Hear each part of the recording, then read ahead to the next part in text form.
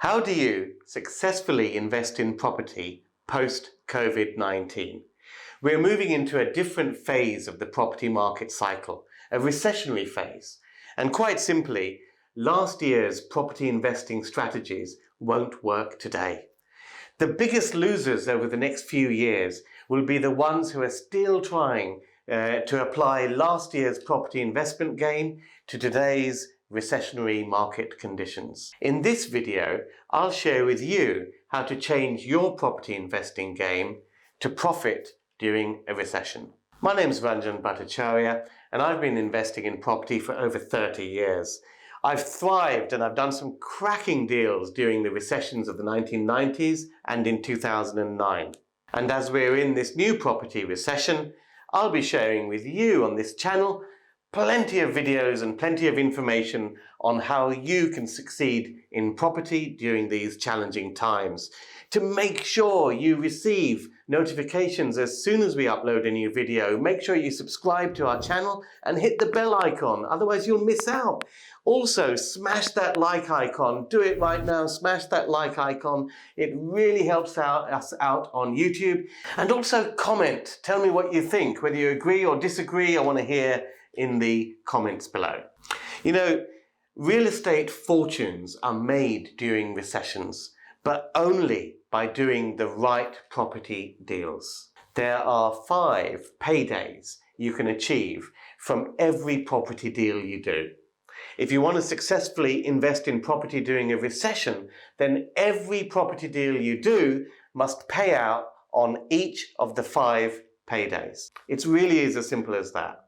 Now, we're in a post-COVID-19 recession, which will affect property prices. Now, I've done a whole video on that, about how property prices are going to be affected and when they'll recover. So do watch that here, because it will help you understand this video a little bit better. So as we move from one phase in the property market cycle to the next, you need to adapt and change your property investing game. Boom markets are driven by fear of missing out. There are far more buyers than there is supply of housing, and as a result, property prices go up. Recessionary markets are also driven by fear of losing your shirt. Sellers are everywhere, but there aren't enough buyers, and therefore property prices fall. So investing in a recessionary market has new challenges. So in a recessionary market, you ain't going to see that much capital growth for several years to come. And there's also the short-term risk in that what you buy today may end up being cheaper in just several months down the road. Some people may tell you that they're waiting for the bottom of the market. And I see this time and time again in a lot of the videos I put out. People tell me, oh, the property market's going to fall by this, it's going to fall by that, and I'm waiting for the bottom. But that doesn't really work in property. How do you know when the bottom of the market actually is? And even if I was to tell you that the bottom of the market was today, right today, how many properties can you buy today at the bottom of the market? Property is not like stocks and shares where you can just ring up a broker and buy as many as you want at a given point in time. It takes time to find the right deals, negotiate the right deals, and do the right deals. And it's just not possible to do them all when you perceive the bottom of the market to be.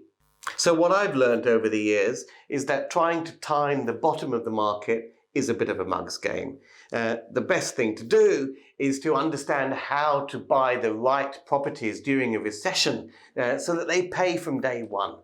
So the key to doing the right deal in a recession is to make sure that you understand the basic principles of the 5 paydays that you can get from every property deal you do, and to ensure that every property deal you do over the next few years pays out on all 5 of those paydays. So what are the 5 paydays you should expect from each property deal you do? Well, number 1, buy from motivated sellers. Number 2, buy distressed properties. Number 3, add value to the properties that you buy. Number 4, generate positive cash flow from your properties. And number 5, invest for capital appreciation. Now let me take you through each one of these 5 paydays. Now in a boom time, some property investors get a little bit sloppy and they settle for just one or two of these 5 possible paydays.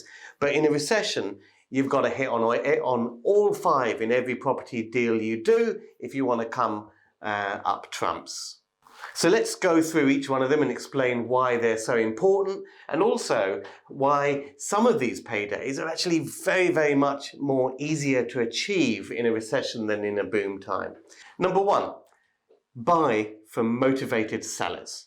What is a motivated seller? A motivated seller is someone who is looking to sell their property quickly. And in exchange for that quick, efficient, no-hassle sale, they're willing to compromise a little bit in terms of accepting a full market value for the property. Now, this happens all the time in lots of other industries. Look at We Buy Any Car, if you like. You can sell your car privately and you can get more money for it. But if you sell to We Buy Any Car, it's a quick, no-hassle offer, but you know you're not going to achieve full market value for it. It's exactly the same principle with property. Now, here's the thing.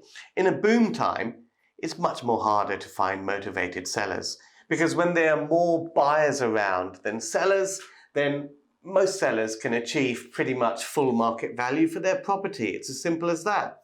The second payday that you can get from your property deal is by buying distressed property. It might be that the property has damp or a leaky roof, or perhaps needs a new roof. It might be that the property needs complete remodernization. But you see, in a boom time, here's the thing that happens. The price differential between A1 done-up property and shabby property is actually not that much at all. But in a recession, you find that the difference in price between an A1 done-up property and a shabby property, well, that gulf increases. So always look for fixer-uppers, properties that you can do up and basically put right the problems that are there with the property. The third payday comes from adding value to the property. This is different from buying a distressed property that needs fixing. What we're talking about is, once you've fixed the problems, adding real value to the property. Now, that can be adding rental value. So let's say you're renting a property out room by room. Adding ensuite bathrooms, for example, can considerably increase the rental income that you'll derive from the property.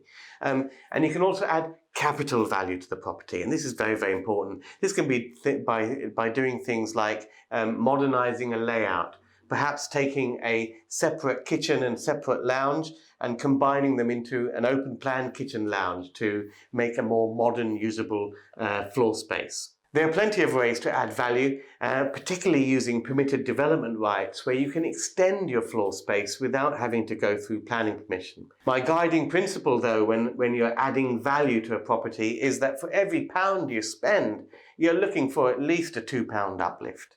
Number 4 is to make sure you're generating positive rental cash flow. You have to do your sums, and when you actually finally do up the property and you're looking to rent it out, you need to know what your market is, and you need to know whether you have optimized the floor space to gain the maximum rental cash flow. And the 5th payday from your property comes from investing for capital appreciation. Now, with capital appreciation, it's going to happen, but really, who knows when. But do remember one thing. Loser areas in the last property market cycle are likely to continue to be loser areas in this cycle, unless, of course, there's been a dramatic change, like new infrastructure spend and the like. So, Blackpool, for example. No offence to people who live in Blackpool, but it's a turkey of an area. It was a turkey of an area for the last decade, and there is nothing in terms of infrastructure spend that makes you think, or makes it investable, if you like, going forward over the next decade. The best areas for capital growth will be the ones which provided great capital growth during the last property market cycle. Those are the areas that will fall a little bit during this recession, but will be the first to bounce back and the first to recover as we go into the next phase. So although it's difficult to say when capital appreciation will happen, it's usually quite predictable which areas will show signs of capital appreciation, and a recession is simply a time to fill your boots. So your simple strategy is to invest in property deals where you benefit from all 5 of these paydays. In a boom time, investors start to get a little bit sloppy and they settle for property deals which only pay out on 1 or 2 of these even. Now, focusing on buying from motivated sellers, buying distressed properties and looking for areas to add value are critical during this recessionary phase, and let me tell you why. Because basically, when you buy from a motivated seller, they are selling to you at a discount to market value. When you buy a distressed property, you're buying a property that needs fixing, you're buying it at a further discount to market value.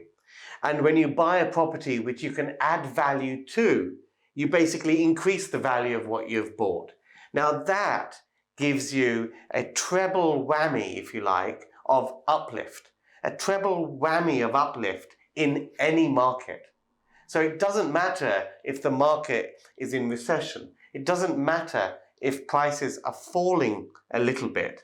If you are buying from motivated sellers at below market value, if you're buying distressed property and you're getting a discount for that, which is far in excess of the cost it's going to cost you to fix that distress, if you like. And if you're buying properties which you can add value to, you've insured against any short-term downturn in the market, and you've added real value no matter what the market is doing. But furthermore, when you buy properties like this, once you have fixed the properties up and added the value, you have the potential to refinance that property and pull out most or even all of the money that you put into the deal. Doing this is the foundation to building wealth through real estate during a recession. It's the holy trinity of finding motivated sellers, buying distressed properties and fixing them up, and adding real value. If you get this right, it's simply a matter of rinsing and repeating and doing it as many times as you can until the market ticks up. When you do each deal and refinance, the aim is to come out of that deal with the minimum of your own cash invested in it, so you're good to go on the next one. So let's summarize then. Recessions are a great time for building long-term wealth through real estate. The key to a successful property deal during a recession is to make sure you focus on benefiting from all 5 of these paydays from each and every deal that you do. Buying from motivated sellers, buying distressed property, and adding value are all about making your money when you buy. And in a recession, when you don't know when capital appreciation is going to kick in, it's all about locking in that profit, if you like, when you buy. And if you do all that and focus that you produce good, healthy, monthly positive cash flow, and you buy in areas which were pretty healthy and pretty robust during the last decade, you will find that those are essentially the 5 ingredients which will make sure that you have a great portfolio to ride the next upward cycle. As I said in my introduction, I've been investing in property for over 30 years and have done so in a number of previous recessions. I'm going to be releasing videos each and every week to keep you up to date with strategies that will help you succeed in property investing during these uncertain times. But the only way you're going to find out about my videos is by making sure you've subscribed and hit the bell icon so you get notified as soon as we upload. Also, smash that like button and let me know what you think in the comments, and also watch some of my other videos as well. And also, we do a monthly live stream property networking event, which is attended by over 1,000 people. If you want to attend this month's meet, which takes place online, just visit the link below and register at bakerstreetpropertymeet.com. It's completely free.